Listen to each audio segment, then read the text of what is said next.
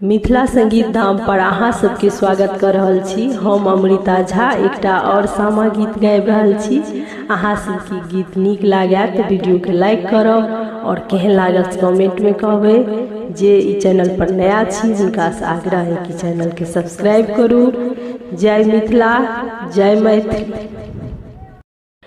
दे बौरे कुमरा भैया डाला भरी सोनमा से, डाला भरी सोनमा से गढ़ दी है ना, से गढ़ दी है ना।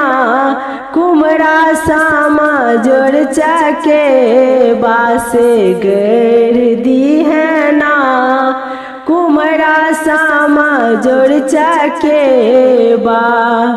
दे बौरे कुमरा भैया डाला भरी सोनमा से, डाला भरी सोनमा से गढ़ दी है ना, से गढ़ दी है ना।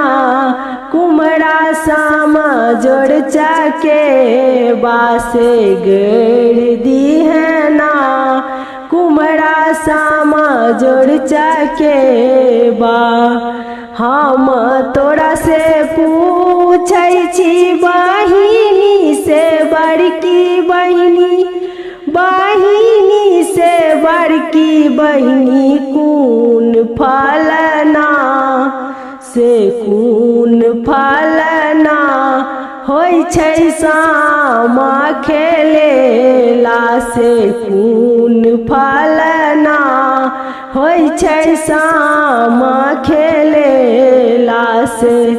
हम तोरा से पूछै छी बहिनी से छोटकी बहिनी, बहिनी से छोटकी बहिनी कौन फलना, से कौन फलना।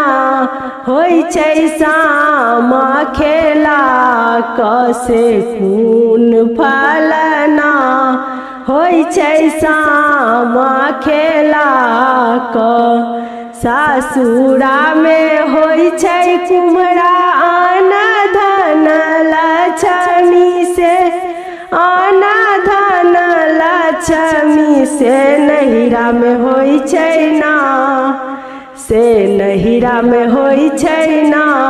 मोरा भरत सन भैया से नहिरा में होय छै ना, मोरा शत्रुधन सन भैया। जुगे जुगे जीवा तू इहो दुनू भैया से, इहो दुनू भैया से। दुनू भौजो ना, से दुनू भौजो ना।